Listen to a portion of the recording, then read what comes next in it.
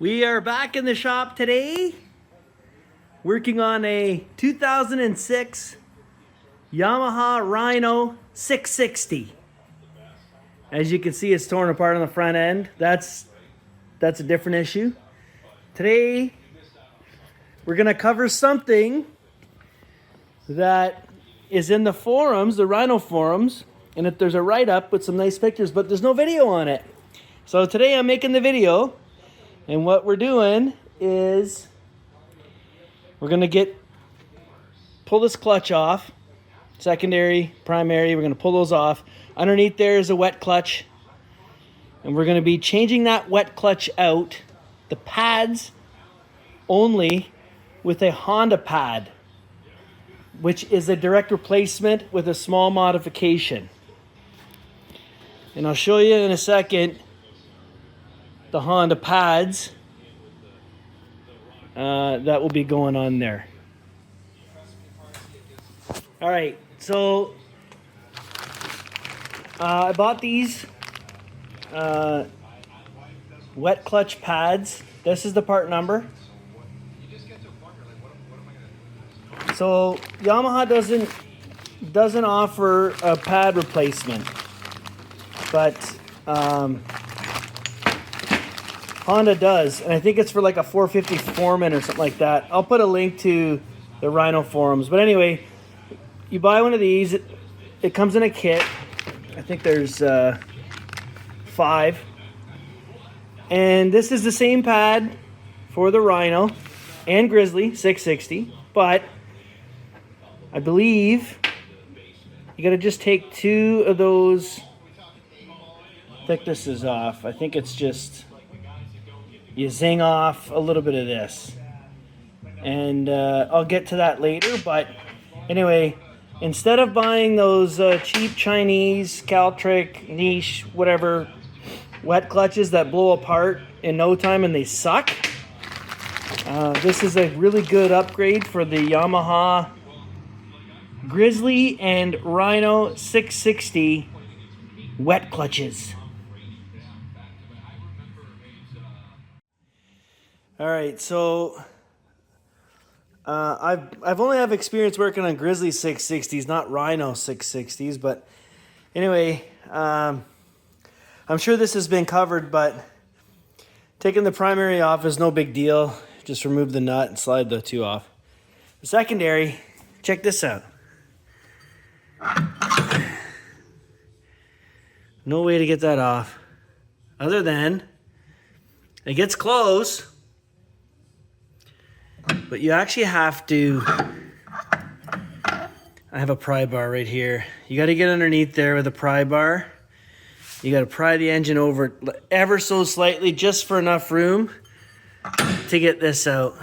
I might end up cutting this and welding, fabbing up something, because this bar right here, it makes such a headache for servicing the clutches. Like nobody's business. So anyway, yeah, I can't set this down to videotape it. Maybe I can, but you just pry this guy back. You can see just enough, move the engine a bit just to get that guy just enough clearance. I don't know if it's been covered before, but that's just what I've been seeing so far. And once I get that off, then the plastic cover comes off, and then the wet clutch, it's in behind here. And I know this, working on this thing, it's never been touched. I can tell everything that I'm getting into, nothing's ever been touched by someone else. It's good, but it's worn. Everything's worn out then. Okay, we got the clutches off. We got that plastic cover off. I set it down over there. I loosened the bolts. So this is where the wet clutch is, guys. You pull this guy off. That's the clutch drum. We'll get into that later. May get into sanding some of that, getting rid of some of the grooves, stuff like that. That's your wet clutch. That's what wears out on these things, especially the Rhinos, because they got the extra weight. This is This is a one-way bearing. And I've already took the nut off. There was a nut here. I took that off just for this. So then this is your wet clutch. And you can see these pads are pretty much worn down to nothing. So if you're revving up high and it's not engaging, everyone thinks, oh, just change the belt, change the belt. That doesn't do it. It's this thing here. This is the thing that gets you going on these Yamahas. And I'll get into changing these pads with the Honda pad, since Yamaha, they want you to buy this whole thing. And you can kind of see a couple of little marks on there. And I'll show you too. I'm gonna set this up on a drill and we're gonna just sand that. I've done it on a Grizzly, it works awesome.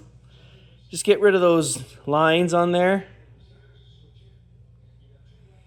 And then we'll change these pads out. And I'm also gonna do a new one-way bearing while you're in here, because none of this has been touched and there's 9,000 kilometers on it. So anyway, that's the reason for this video, is we're going to be working on this guy here, changing it out for some Honda pads. Got to do a little modification, and then you'll feel it after that. It's going to grab a whole lot better. So here's the wet clutch. That's the old one. You can tell the pads are a little old and glazed and worn. I just popped one of these off. Basically just popped the rest of these off. And then we're gonna look at how this guy goes in on there. So careful you don't lose the clips. Pull off these cover plates. And then next thing, you gotta pull each of these springs off. They're actually not that big a deal. They look harder than they are. You just need a pair of needle nose like these, the curve on them, just zip them out like that. Okay, this is the money shot right here. So this is the new pad from Honda. Okay, you can see the whole thing there. That's doesn't have any cutouts or anything in it. Again, that's the part number of the Honda pad to buy. You see, that's a new pad. Honda pad I just put down. Yamaha pad is here. The only difference with these two pads is this little cutout right here. That's it. That little cutout right there.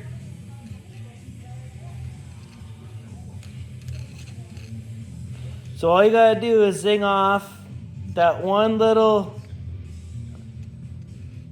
piece there with a grinder, and then you've got that same thickness.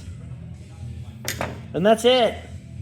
Then you reinstall it, and you got a brand new wet clutch with Honda parts. Way better than buying that Chinese stuff online. Go ahead and buy those Chinese clutches. I have had one once and it blew to bits. Almost ruined my engine. So next clip we'll get into just zinging that little piece off right there. Just that first layer. Nothing more than that. Gotta be real careful you don't cut into too much of it. There it is again.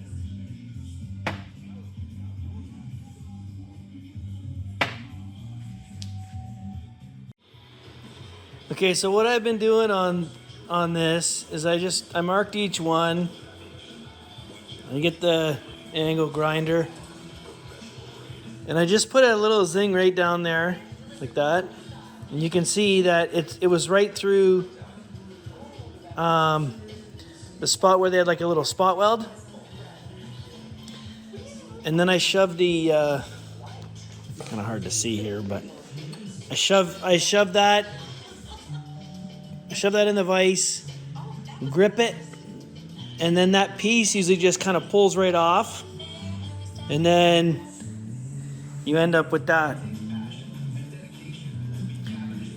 And then, so I'm working on the third one now. There's 2 more. If you have a lathe, or not a lathe, if you have a mill, you can zip that off even easier, but I don't have that here, so we'll just use a grinder. Okay, there's one more thing I didn't mention in the previous clip there is a difference with these. So obviously this is the Honda pad, this is the Yamaha pad. So the Yamaha has 1, 2, the third layer has that eyelet. The Honda pad, the second layer has that eyelet. And from what I read on the forums, it doesn't matter because the spring clips between here and here on them. Well, actually not on the same pad, but it clips like this. So this spring goes between those two. So they're at the same height. So it shouldn't matter that they're not the same as the Yamaha, because those 2 spots are at the same height. So they clip together there, so it doesn't matter. So another thing you can see, maybe hard to, this is where the cutout, this is why the cutout right in there. Right, so this guy sits down, and that's why you have to cut that out so that it sits flat. That's the reason for that little cutout. Otherwise, you wouldn't have to do it. So I also put a nice chamfer on there with one of these. Works good. But anyway, yeah, I know that I noticed that in the previous clip there that they're one thickness off, like, or 1 layer off, but because it's clipping on the same height, good to go. Also, don't put these upside down. This nub, it goes in that groove there. And then if you want to slug it, which I will be doing, you buy a set of slugs or a brass slug and you press them in there. And what they do is they make the pad heavier so that when it's spinning, it comes out, holds better. So I will be doing that as well, because the Rhinos, I hear it's really needed. Maybe not so much on the Grizzly, but the Rhino, because it's got the extra weight. There it is there. Yeah.